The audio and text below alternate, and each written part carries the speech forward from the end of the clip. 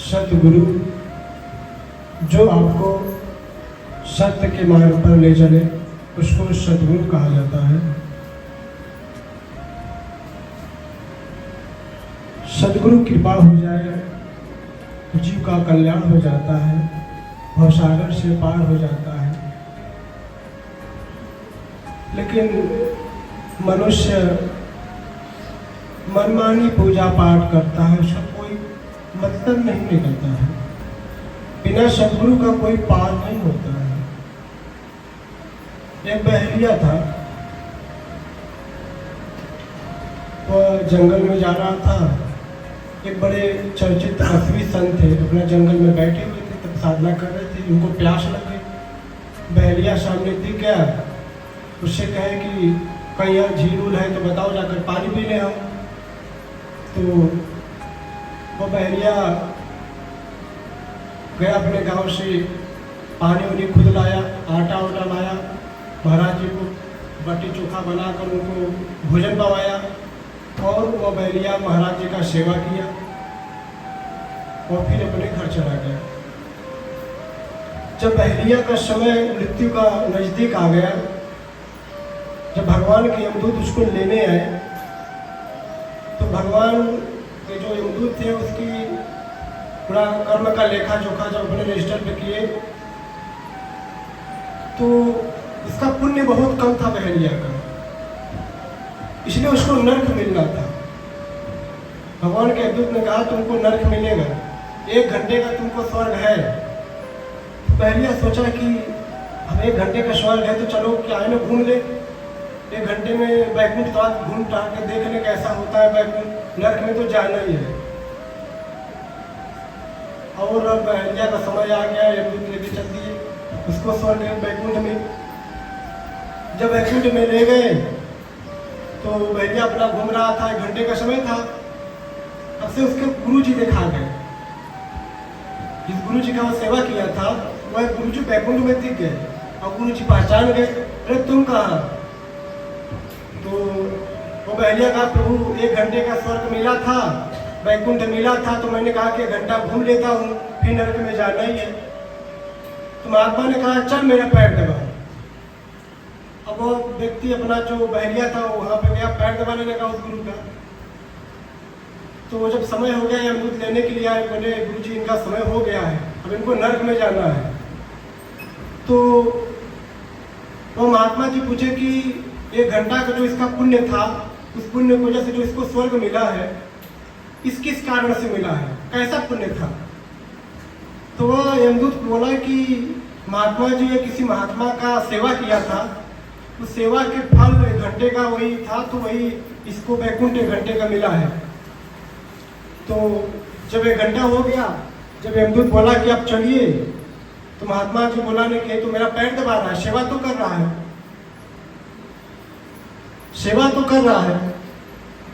तो यमदूत अपना इंतजार करने लगे, क्योंकि उसको पुण्य मिल रहा था ना, यही पुण्य वो पहले कमाया था, उसी पुण्य की वजह से बहरिया को स्वर्ग मिला था। और फिर वो गुरु महात्मा उसी महात्मा का पैर दबाने लगा और पुण्य प्राप्ति होने लगा, समय बीतने लगा, और गुरु जी का पैर दबाता रहा, उसको बैकुंठ में ही रहना पड़ा। यह होता है गुरु कृपा, यह होता है पुण्य। एक सरदार जी थे,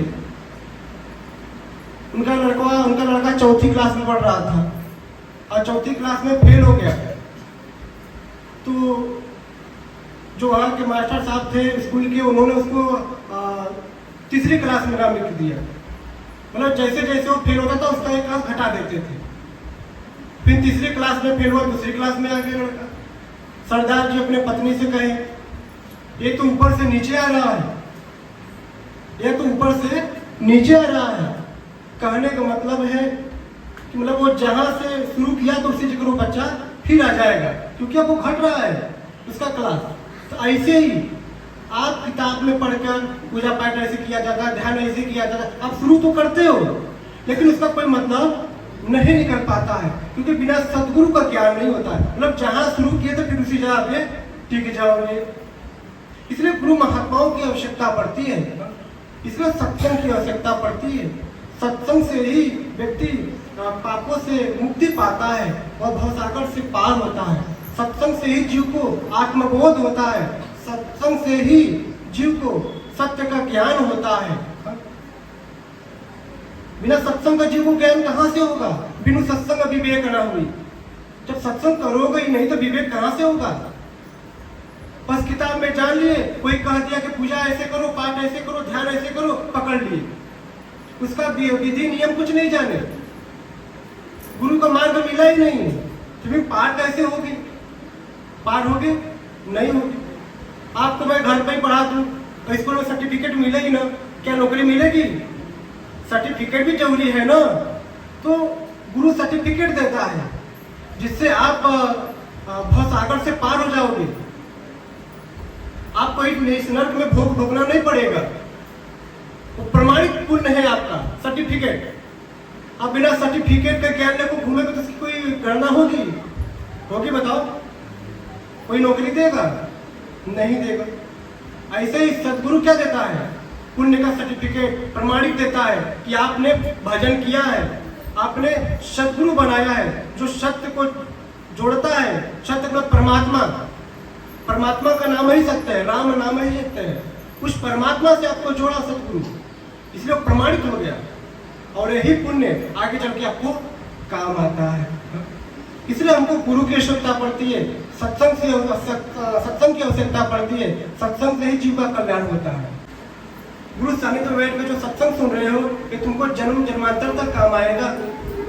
अभी तो उस बहरिया को कभी नहीं पता था कि मतलब हमको 1 घंटा का पुण्य मिलेगा तो उस पुण्य में मैं बैकुंठ घूमूंगा तो हमारे गुरु जी वहां मिल जाएंगे। उस गुरु जी के बाद लोग मैं बैकुंठ में ही रह जाऊंगा, नरक नहीं भोगना पड़ेगा। उसको पता नहीं था, लेकिन जो कर्म किया था उसका फल उसको मिल गया। इसलिए जो आज आप सत्संग सुनते हो ये फल आए दाए नहीं जाते। तो इस बार तो मैं बार बार बताता हूँ, हर बार बताता हूँ। मैं तो कहता हूँ यहाँ भीड़ मत लगाओ भाई। जिसकी श्रद्धा है वो यहाँ पर आके सत्संग सुने, और जिसकी मन में मन नहीं लगे सत्संग में, अरे गुरु जी कह जाए फिर एक काम है वो काम है, तो अपना काम करो। देखिए यह श्रद्धा की जगह है, यह समर्पण की जगह है। जब से यहाँ समर्पण नहीं होगा तब से यहाँ कुछ नहीं होने वाला है। भागवत की किताब तो सब सुनते हैं, रामायण की बातें तो सब सुनते हैं। कौन नहीं जानता भगवान कृष्ण और राम के बारे में? थोड़ा मोड़ा सब जानते हैं। जानने से काम नहीं चलेगा, इस पर उतरना पड़ेगा, इस पर खड़ा होना पड़ेगा, इसका मार्गदर्शन करना पड़ेगा, तब जीवन में सुधार आता है। शराबी जो शराबी होता है ना, उसको भी पूछोगे तो बहुत बढ़िया कथा सुना देगा। 1 नंबर का राम जी का कथा सुनाएगा, कृष्ण के बारे में बताएगा, सीता के बारे में बताएगा नहीं बताएगा? ये जो कहानियां लोग सुनते हैं कि सीता के बारे में, कृष्ण के बारे में, राम के बारे में, ये कहानी मात्र नहीं है। एक एक शब्द में रस है। जब उस रस में डूबोगे कब? जब आपको आत्मबोध होगा तब।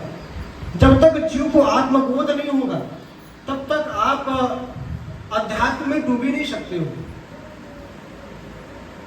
लेकिन लोग बस ऊपर से बस ज्ञान रख रहे हैं, पूजा कर रहे हैं, फिर भी परेशान है। परेशान काहे नहीं रहोगे? क्योंकि मन शांत ही नहीं है। मन क्यों शांत नहीं है? क्योंकि आप भगवान को अपने मन को समर्पित किए ही नहीं हो, कभी उनके प्रति समर्पण हुए ही नहीं हो, और उनके पर कभी विश्वास किए ही नहीं हो। कहाँ कोई विश्वास करता है भगवान पर? कोई ऊपर ही बस कोई काम हो अड़क गया तो भगवान, और कोई काम बिगड़ गया तो भगवान को भी लोग गाली देते हैं। है या नहीं है? मर्त स्वार्थ में भगवान को समझ नहीं पाए। समझोगे कब? जब स्वबोध कर लोगे, जब स्वयं को जान लोगे, जब आत्मबोध कर लोगे, तब उस परमात्मा के बारे में आप समझ सकते हो। नहीं समझ पाओगे। ऐसे ही वो इधर उधर भटकते ही रह जाओगे। कई मंदिर में देखोगे, कभी वो मंदिर में देखो, कभी वो तांत्रिक के पास देखोगे, कभी उस तांत्रिक के पास दिखाओगे। बस इसी सुख के चक्कर में पूरे जीवन को खत्म कर दोगे, और सुख नहीं मिलेगा सुख। इसी बात को मैं लोगों को समझाना चाहता हूँ। इधर उधर भटको मत, भटकना बंद हो जाओ। तुम एकाग्र होकर मन को एकाग्र गुरु के वाणी में ध्यान लगाओ। और उनके बातों को मार्गदर्शन करो। देखो जीवन में कल्याण होता है कि नहीं। दुख तकलीफ तो सबके जीवन में आता है, किसके जीवन में नहीं आया। मैं बार बार कहता हूँ, भगवान कृष्ण के जीवन में नहीं आया कि राम के जीवन में नहीं आया। कोमल जैसी सीता जो फूलों पर चलती थी, जो महल में रहती थी, वो जंगल जंगल घूमने लगी, हया नहीं है। तो वो जीवन में उतार चढ़ाव सबके आता है। अभी देखो ना, बरसात का मौसम चल रहा है, छाया हुआ है, अभी धूप हो जाएगा, सब कुछ बदलता रहता है। इसका मतलब नहीं कि मेरा भी जीवन एक ही जैसा रहेगा, सबका समय आता है। सबके जीवन में प्रकाश आते हैं, सबके जीवन में खुशियां आती है। इसका यह मतलब नहीं कि बराबर स्थिति रहेगा, कभी गम भी आएगा, दुख भी आएगा, घबराना नहीं है। सत्संग ये सिखाता है आपको, सहनशीलता सत्संग देता है, ज्ञान देता है कि जीवन में दुख आए चाहे तकलीफ आए, इस तकलीफ को कैसे पार करो। जैसे सुख में थे वैसे दुख में भी अपने जीवन को कैसे आगे ले जाओ। अक्सर लोग जब दुख आता है तो टूटने लगते हैं, कमजोर हो जाते हैं, मानसिक रूप से बीमार हो जाते हैं। सत्संग वहाँ पर संभाल लेता है। सत्संग आपको वह ज्ञान देता है, वो आपको बल देता है, वह शक्ति देता है। आप ऐसी स्थितियों का सामना करते हो डट कर। यह है सत्संग की पावर। जिनको नहीं ज्ञान है, अरे कहाँ जाते हो महात्मा ज्ञान, क्या मिलता है महात्मा जी ज्ञान, क्या महात्मा कोई चमत्कार दिखाने के लिए तुरंत बैठे हैं, या हमको कोई शौक नहीं हमको बैठ के चिल्लाने का, हमारे पास समय भी नहीं उतना है मैं सत्संग करूँ। मैं तो पर निर्णय भी ले लिया था, मैं महीने में कई बार बैठूंगा, लेकिन लोगों ने कहा महाराज जी ऐसा मत करो। हमने कहा चलो सप्ताह में कई दिन तो बैठ रहा हूँ। हमको यहाँ भीड़ जुटा है, यहाँ लोगों से बहुत बात विचार करना पसंद नहीं है, क्योंकि मैं बस अपने प्रभु को ही समय देना चाहता हूँ, मात्र अपने प्रभु को। क्योंकि ये संसार है, ये संसार को कितना समय दे दो फिर भी उस संसार को अपना नहीं होता है। कोई अपना नहीं है भगवान के अलावा। भगवान ही सत्य है, वही आपको दुखों से निकाल सकते हैं। गुरु ही सत्य है, सतगुरु जो सत्य का आपको मार्ग दिखाता है, जो आपको मृत्यु नरक से भी स्वर्ग में ले जाता है, बैकुंठ में लेकर छोड़ देता है, वह होता है गुरु। गुरु का मतलब नहीं है कि वो संसार में शोहरत कमाने के लिए, नाम कमाने के लिए लोगों से बस मिलते जुलते रहे। गुरु का मतलब है लोगों को भगवान से जोड़ दे, लोगों को सत्य का मार्ग दे दे, ताकि वो अपने जीवन को पूर्ण तरह से जी सके, अच्छे से जी सके, या दुख सुख को समझ सके। जो दुख सुख को नहीं समझ पाता है, दुख आया तो बहुत तकलीफ है, बहुत समस्या है, सुख आया तो कोई बात नहीं, सब कुछ ठीक है। जब आपको ज्ञान हो जाएगा कि दुख क्या है सुख क्या है, दोनों स्थिति परिस्थितियों में आप सम हो जाओगे, एकदम विचलित नहीं होगे। जब ज्ञान नहीं होगा तो रोओगे, चिल्लाओगे। जैसे छोटे बालक के पैर में कोई चींटी पकड़ ले तो ऐसा चिल्लाता है कि उसको बहुत मार पड़ी है, उसके जीवन में बहुत संकट आ गई है, उसके अंदर बहुत पीड़ा है। बस मात्र चींटी जो पकड़ी है ना, उसको देख कर चिल्ला रहा है, पीड़ा बहुत जाती नहीं है। ऐसे ही जीवन में थोड़ा सा तकलीफ आ जाता है तो इतना वो गम में हो जाता है, मानसिक रूप से वो इतना बीमार हो जाता है कि वो बहुत रोगी हो जाता है धीरे धीरे। मैं बार बार कहता हूँ कि चिंता चिता पर लेटा देता है। चिंता है डाकनी काट कर ले जा खाए, अब बैठ बेचारा क्या करे, कितना दवा लगाए। इस दोहे को मैं बार बार बोलता हूँ। अगर चिंता रूपी डाकनी आपके शरीर में घुस गई तो आपको पूरी जीवन को बर्बाद कर देगी। जब से आपको चिता पर नहीं लेटा देगी तब से वो मानेगी नहीं। इसलिए ऐसे डाकनी को शरीर में से मार भगाओ, ऐसे चिंताओं को अपने शरीर में से मार भगाओ, बाहर निकालो। यह बाहर कब निकलेगा? जब आपके अंदर सत्संग होगा। सत्संग नहीं होगा तो डिप्रेशन में हमेशा रहोगे, हमेशा चिंतित रहोगे, क्रोधित रहोगे, तनाव में रहोगे।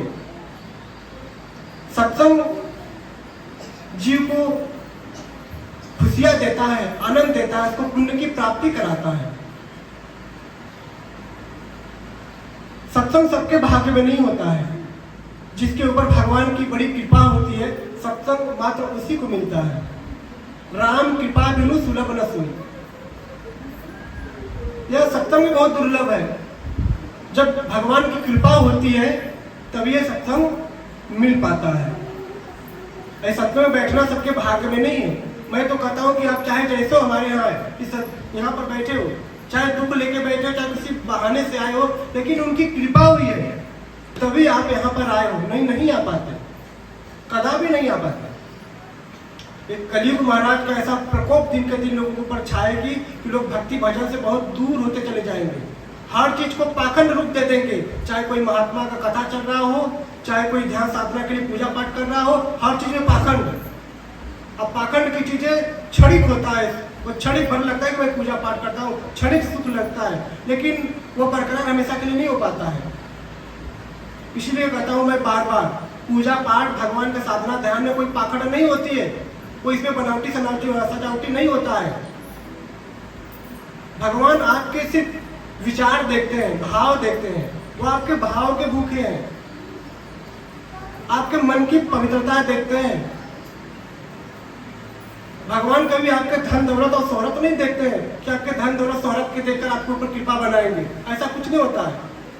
ये जो लोभी है ना समाज में, यही सब एक दूसरे का धन और शोहरत देखो कितना खराब रहेगा उसका जयकारा लगाएंगे। कोई धनाढ़ व्यक्ति है, कितना बुरा है, चौखट पर चले जाएंगे तो उसका दिन भर अपना 4 बार माथा पटकेंगे उसके चरणों में, क्योंकि धनाढ़ है, ये लोभी है, अपने लोभ से उसको चरणों में गिर रहे हैं। लेकिन भगवान, आप चाहे किसी स्थिति परिस्थिति में हो, भगवान आपके धन और शोहरत कभी नहीं देखते हैं, मात्र भगवान आपके मन को देखते हैं। सुदामा प्रमाण है, कुछ भी नहीं था, बच्चे भूखे, बीवी भूखी, एक ही कपड़े को कई दिनों तक पहने हुए, लेकिन सबकी नजर हो ना हो, लेकिन भगवान की नजर सुदामा पर बराबर रहा करती थी। इसलिए आप मत सोचो कि मैं भजन कर रहा हूँ, भगवान का नाम ले रहा हूँ, अब फिर भी मेरा समाज में कोई गणना नहीं है, हमको समाज में कोई जानता नहीं है। इस भ्रम में आप मत रहो, आपको भगवान जानते हैं, जिसको भगवान जानता है उसको पूरी दुनिया जानती है, इस बात को नोट करना।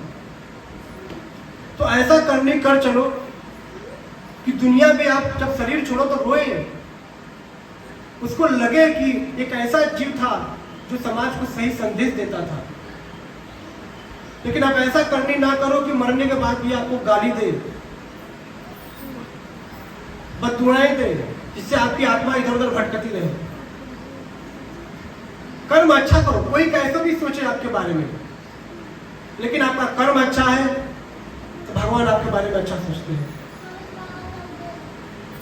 इसलिए मैं बार बार कहता हूँ भगवान का भजन करो, ज्यादा समय नहीं है, सुबह शाम 5 मिनट 10 मिनट समय निकाल कर ध्यान कर लो। कितने लोग कहेंगे महाराज जी चलते फिरते नाम ले लेते हैं, देखिए वो अलग बात है, वो तो नाम जब, लेकिन आत्मबोध नहीं हो पाएगा, वो मन की शांति नहीं मिल पाएगी। मन की शांति तो मिलेगी जब आप मन को एकाग्र करके उस परमात्मा का खोज अपने अंदर करोगे। जिसे आंखें बंद करते हो, ओम का जाप करते हो, तो मन में शांति मिलती है, तो धीरे धीरे धीरे वो मन एकदम एकाग्र होने लगता है, अभ्यास हो जाता है ना। जब मन एकाग्र हो जाएगा, शांत हो जाएगा, तो भगवान की कृपा होने लगी। इसलिए भगवान की कृपा पाना है तो एक सद्गुरु की आवश्यकता पड़ती है, सत्संग की आवश्यकता पड़ती है, तभी आप इस मृत्यु लोक का जो दलदल है इससे बाहर निकल पाओगे। ये दलदल है, ये जो काम क्रोध लोभ मोह संसार का है ना, ये भी एक दलदल है। इस दलदल में आप बजे हुए हैं, अब अच्छा हम इसमें से निकलने का भी प्रयास करते तो नहीं निकल पाते हैं। जितना निकलना चाहते हो उतना धंसते चले जाते हो। आप कहोगे कि मैं इसको छोड़ के निकलूंगा तो फिर बच्चों का मोह लगेगा, फिर नाती पोता का मोह लगेगा, फिर बीवी का मोह लगेगा, लेकिन इस दलदल में से निकाले तो निकाले कौन? मैं जितना सोचता हूँ निकलने के लिए उतना धंसता चला जा रहा हूँ। जैसे कोई दलदल में से धंस जाए तो उसको बाहर से किसी की आवश्यकता पड़ती है ना निकालने के लिए, जब बाहर से सहारा मिलता है तो आसानी से बाहर वो निकल जाता है। ऐसे ही इस संसारिक दलदल में से आप तभी बाहर निकल पाओगे, इस माया दलदल में से आप तभी बाहर निकल पाओगे जब सद्गुरु रूपी सहारा मिल जाए, तभी इस दलदल में से आप बाहर निकलोगे। एक फंसे रहोगे, जितना निकलने का प्रयास करोगे उतना धंसते चले जाओगे, एक दिन उसी में प्राण त्याग दोगे, नहीं निकल पाओगे। इसलिए हमको सत्संग की आवश्यकता पड़ती है, सतगुरु की आवश्यकता पड़ती है, जो सत्य का मार्ग दे सके, जो इस मोहमाया रूपी दलदल से बाहर निकाल सके। देखिए इस संसार में जीना बुरी बात नहीं है, लेकिन इस संसार में अरुझ जाना बुरी बात है, और अरुझना बुरी बात है, जीना बुरी बात नहीं है। तो सत्संग हमको यही सिखाता है, अरुझो मत। अगर आपके जीवन में बहुत बड़ी संकट आ रही है, बहुत बड़ी परेशानी आ रही है, आपको कोई मार्ग नहीं मिलता है, कोई सहारा नहीं मिल पाता है, तो मात्र एक सहारा पकड़ लो, उस परमात्मा को छोड़ दो, उसी के ऊपर प्रभु धरता करता तो अब तुम ही हो, तुम्हारे ऊपर छोड़ा हो। और चाहे मान सम्मान हमारे बचा लो, चाहे विवाद हो, ये तो तुम्हारे सब कुछ का मालिक तुम ही हो, हम तो एक बहाना है। देखो भगवान कैसा आपके जीवन में चमत्कार करते हैं। देखो जिस भाव से कहे उतने भाव से समर्पण भी होना चाहिए, भगवान के प्रति विश्वास भी होना चाहिए। देखना दलदल से बाहर कर देंगे आपको, लेकिन आपको भगवान में विश्वास कहाँ होता है। अगर मंदिर में भी गए तो भगवान नहीं काम हो जाएगा, हमारे लड़के की नौकरी लग जाएगा तो 1 किलो लड्डू चढ़ा देंगे, कीर्तन करा देंगे। बताओ भगवान इनको लगता है कि भगवान हमसे गरीब है, तभी तो 1 किलो का लड्डू मानती है। देखो मानना अलग बात है, ठीक है, हम भगवान को हमारी इच्छा हम करोड़ों दे देंगे, अरबों का मंदिर बनवा देंगे, ये तो हमारी श्रद्धा है। लेकिन भगवान को लोभ दे, लालच दे, ये तो बुरा बात है नहीं है। ये तो हम उनको रिश्वत दे रहे हैं। पहाड़ रिश्वत देते देते भगवान को भी चालू कर दिया लोग, आदत हो गई लोगों का। अरे भगवान है वह सृष्टि का रचनाकार, वही चला रहे हैं धरती को, हमारे हाथ में वही बसे हुए हैं कि ना आप उनको रिश्वत दे रहे हो, उनके प्रति ऐसा भावना रख रहे हो कि प्रभु मेरा ये काम हो जाए तो मैं आप कहोगे प्रभु कृपा बनाओ, आशीर्वाद दो और मैं आपका भक्ति भजन कर पाऊँ, इतनी कृपा बनाओ और मेरा ये काम सिद्ध हो जाए। सिद्ध होने के बाद जो इच्छा करे सो करो, है कि नहीं। महल बनवाने की इच्छा करे महल बनवाओ, लेकिन किसी को रिश्वत नहीं देना चाहिए। देखिए जितनी बात है आपको बताई जाती है, मैं अपने मन से नहीं बोलता हूँ, मैं अपने भाषा में जरूर बोलता हूँ, लेकिन मैं सिर्फ जितनी बात भागवत बात बताता हूँ, हाँ, ताकि आप आसानी से समझ सको इस बात को। कहीं भी भागवत में नहीं लिखा गया है मन्नते के लिए, कहीं लिखा कोई पढ़ा है क्या? कोई पढ़ा है? या कोई भी महात्मा सत्संग में बताता है कि वहां पे ये मानो वहां पे वो मानो? ये तो हम लोग की अंधभक्ति है, इसको अंधविश्वास कहा जाता है, इसको अंधभक्त कहा जाता है। तो ज्यादा लोग तो अंधभई भक्त हैं, जो कुछ जानते कुछ नहीं, चल देंगे।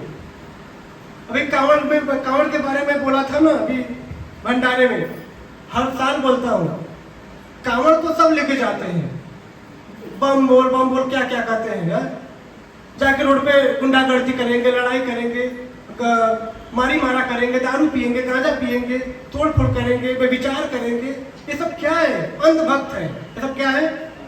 अंधभक्त। और भक्त हमको लगता है कि 2-4-5% हो, जो भगवान में समर्पित होकर, भगवान के प्रति श्रद्धा होकर के और विश्वास और निष्ठा से वो अपने लक्ष्य को तरफ चलता है। नहीं तो सब वही मौज मस्ती के लिए बाहर निकलते हैं, चलो बम भोले का नाम लेके मौज मस्ती करेंगे, दारू पियेंगे, गांजा पियेंगे, डीजे नचाएंगे, क्या बोलते हैं उसको, डीजे बजा के उस पर नाचेंगे। ये सब तो कोई सब इसमें शास्त्रों में नहीं लिखा गया है, ये सब शास्त्र के विरुद्ध है। शास्त्र में लिखा गया है कि कोई भी अगर आप अध्यात्म कोई भक्ति मार्ग का काम कर रहे हैं, इसे किसी को तकलीफ नहीं होना चाहिए, किसी को दुख नहीं होना चाहिए। वो अपने से उसका अलग बात हो गया, लेकिन आप ऐसा कोई काम न करें जिससे वो अगले आदमी को तकलीफ हो। आप रास्ते पर चल रहे हो, भगवान शिव का कांवड़ लेकर जल लेकर चल रहे हो, मन में बेविचार हो, आप किसी से लड़ाई झगड़ा कर लो, सड़क पर चल रहे हो मारी मारा कर लो, तो इससे क्या होगा? पुण्य मिलेगा आपको, बल्कि और पापी हो जाओगे। क्या हो जाओगे? और पापी हो जाओगे। मैं तो बार बार कहता हूँ, अगर सामर्थ्य हो तब तक ठीक है, आप कांवड़ लेके निकलो, सामर्थ्य नहीं तो घर से भजन भाव करो, नौटंकी मत करो भगवान के नाम पर, नहीं तो इसका भुगतभोगी पूरा परिवार भोगेगा। हाँ, पूरा परिवार भोगेगा। हम जानते हैं कि सही बात को बहुत कम लोग स्वीकारते हैं, क्योंकि अंधभक्तों की संख्या ज्यादा है, तो हमारी बातें उनको कहाँ समझ में आएगी, क्योंकि उनके मन में वही उल्टा पुल्टा है, अरे ऐसा कैसा होता है। लेकिन सच्चाई यही है कि कोई भी हम अगर भक्ति भजन का काम करें तो उसमें तपस्या होना चाहिए, साधना मतलब एकाग्रता।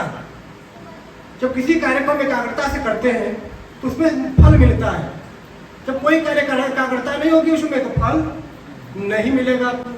पहले जो हम लोग बच्चे छोटे छोटे थे, तो जो बूढ़े बुजुर्ग का चश्मा होता था तो उसमें लेंस वैसे जब लगाते थे ना, वो नीचे पन्ना लगाकर कोई कागज, उसमें जल जाता था, सूर्य के सामने किरण रखते थे तो उसके, है ना, जब उस चश्मे को सूर्य के सामने ऐसे लगाते थे और उस कागज पर फोकस कराते थे एकाग्रता के साथ, वो कागज जलने लगता था। अगर दीवार उसको ऐसे ऐसे करोगे तो पूरा जीवन लग जाएगा और जलेगा। मतलब कहने का तात्पर्य है कि जब आप भगवान में लग रहे हो, अब मन इधर उधर हिलता रहे तो कुछ होने वाला, जब से मन एकाग्र नहीं होगा तब से आप अपने मंजिल को नहीं पा पाओगे। इसलिए जब आप सत्संग सुनोगे, ध्यान करोगे तो धीरे धीरे अभ्यास से आपके अंदर एकाग्रता आएगा और कृपा हो जाएगा भगवान का।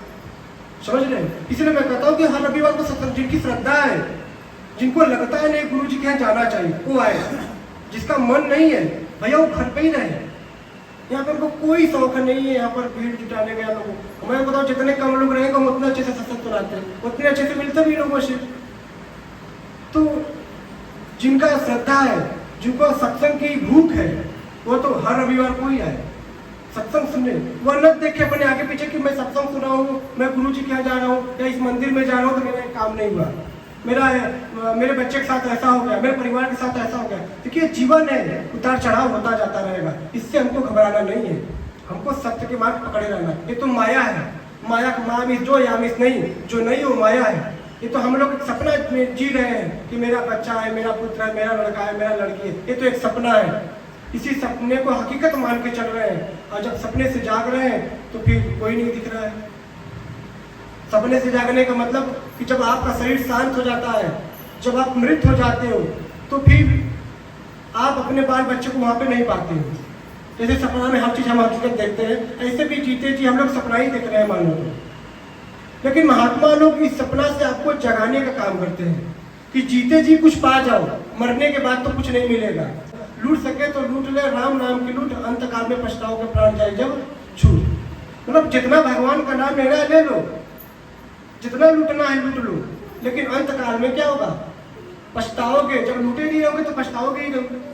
इसलिए महात्मा लोग इस धरती पर आकर लोगों को उपदेश दिए। महात्मा बुद्ध, विवेकानंद जी गांव-गांव में जाकर, शहर-शहर में जाकर, देश विदेश में जाकर उपदेश दिए कि उस ज्ञान को जान लो, उस मूल तत्व को जान लो जिससे आप अनजान हो, उसकी पहचान कराएं गांव-गांव में जाकर। क्योंकि जी तो सब रहे हैं और सबको मरना है, लेकिन जीने का तरीका बदल जाता है सत्संग सुनने से। यही फर्क है।